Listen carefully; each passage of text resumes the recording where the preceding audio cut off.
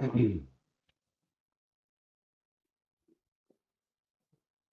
morning, Tribe. Wanted to talk with you today about the 4Ds. This has been a hot topic of conversation for us as of late. And while I know that we're all on board with where we think this mentality can take us in terms of our ability to further develop our guys, I know there's probably also been equal amounts of confusion and frustration with regard to nailing down centralized definitions for all of us as to exactly what these 4Ds are and what the vision looks like for us to be able to use them to our advantage. So we wanted to take some time this morning to help answer those questions and shore up that gap. So first, we're going to be taking a look at what the 4Ds are from a more broad perspective. We're actually going to be taking a look at how they apply to athletics. And as we move through this exercise, I want us to think of ourselves, whether we're service managers, sales managers, what have you. I want us to think of ourselves as the coach, and we think of our sales guys, our CFI, as the athletes. So our first D stands for discover. And discover, broadly speaking, can be thought of as the identification of a suboptimal response to a given stimulus. All right. So, as an example here, imagine that we have a defensive coordinator who's noticed that every single time he calls a blitz, his corner cheats in near the outside linebacker and they get beat to the outside as a result. So, I've identified as a coach that when my athlete encounters A, he responds with B, and I get C as a result. And C is killing me. We keep losing the battle because C keeps happening. All right. So we've discovered the problem. Now moving to our next D, which is develop. And broadly speaking, develop can be thought of as the application of a training program designed to optimize the response to a given stimulus. So the intent of develop is to put a training program in place that makes it so that when my athlete encounters A, he no longer responds with B. So as a team, we're no longer stuck getting C as a result. When he's exposed to that same stimulus, right, that same circumstance, he no longer responds the same way, so we no longer get the same result as a group.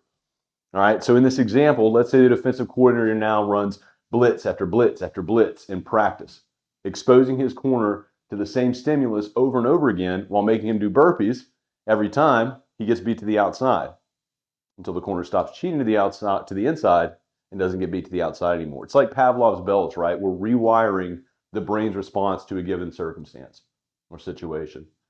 So we discovered the issue. We developed a specific training regimen to fix it. Now we need to apply discipline in order to make sure that we maintain visibility on that training and get the results out of it that we need to for our athlete. So discipline, broadly speaking, is going to be the follow-up evaluation of the behavior which the individual initially struggled with. So in this example, we'll say that our defensive coordinator now watches practice film obtained from his secondary coach over the course of the next 3 weeks. And he's reviewing this practice film to make determinations as to whether or not his corner's game ready. All right, so we discovered the issue. We developed a training program. We maintained visibility on that training program with our discipline. And now it's finally time to see the results of these actions. Can we deploy this person in a greater capacity? And deploy, in a broad sense, is going to be the systematic increase in the number of opportunities awarded to the individual that's now reliably proficient within the given portion of the sales process.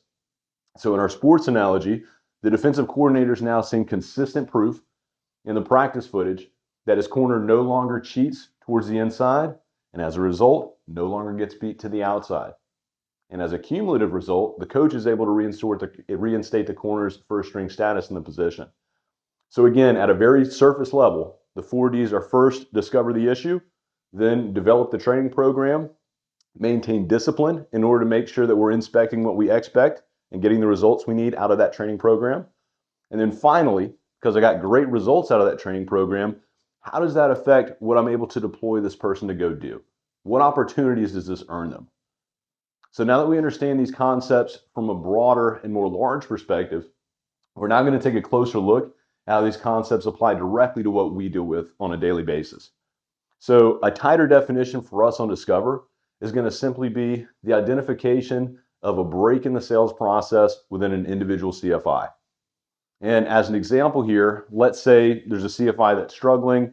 They say they dislike the warm-up, and they say that it's out of place. They don't want to do that when they first get to the home. Homeowners appear bored as they start to go through it. They look frustrated. And if I could just skip it and get right to my consult, man, I'd be selling like hotcakes, right?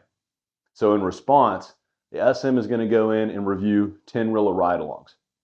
In the process of reviewing those 10 RILA ride-alongs, what he identifies is actually happening is when the CFI knocks on the door, he immediately hands the business card and asks how they found out about us, which causes him to have to deliver 5 to 8 minutes of dialogue with that homeowner while they're standing at the threshold, which does cause the homeowner to become frustrated, does cause him to rush the CFI, and to the CFI's point, it leads to a break in rapport at the start of the appointment.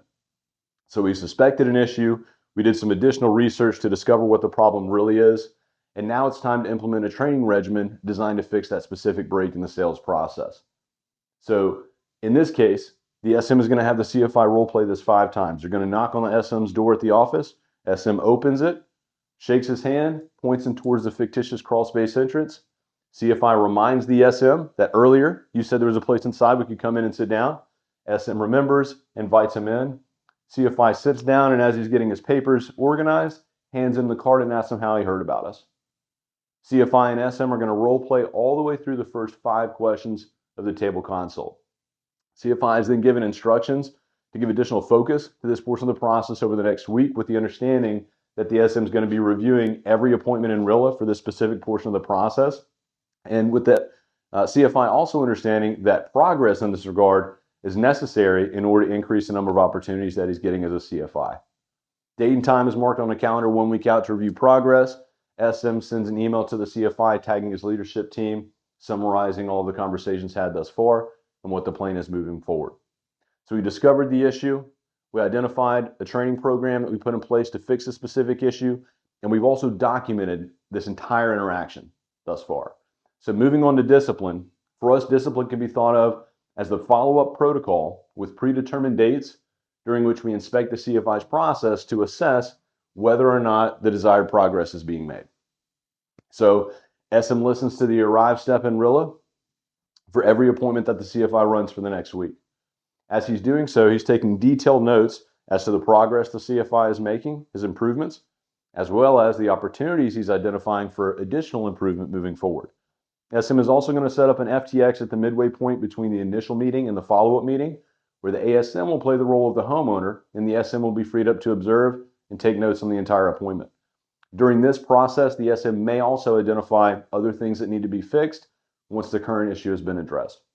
So, discovered the issue, developed a game plan, we executed the game plan and maintained visibility on it. Now it's time to get to deploy. So for us, the definition of deploy is going to be the increase in lead flow awarded to the CFI as a result of fixing their previous break in the execution of the sales process. So back to our example here, the SM is going to sit back down with the CFI on the scheduled date. The detailed notes from both the RILAs and the FTX observations are reviewed. And based on the progress the CFI has made, the changes are implemented in the Smart Scheduler. Also, based on additional observations that have been made over the course of this past week, additional develop and discipline steps may need to be applied. SM is going to reply all to his original email to the CFI regarding this topic with the update and the results of the actions taken thus far, creating a detailed and time-stamped paper trail. Guys, I appreciate the time, and I hope that this has added some clarity into what we're trying to accomplish here. That chronology again, first discovering the issue, then developing a game plan that's going to help us improve on that specific challenge, then maintaining discipline as we execute that game plan to make sure that it's working, and then ultimately, because we did a great job of fixing the issue for our CFI, determining and implementing the increase in opportunities that he or she is able to see as a result. Again, I appreciate the time, and I look forward to talking with you guys soon.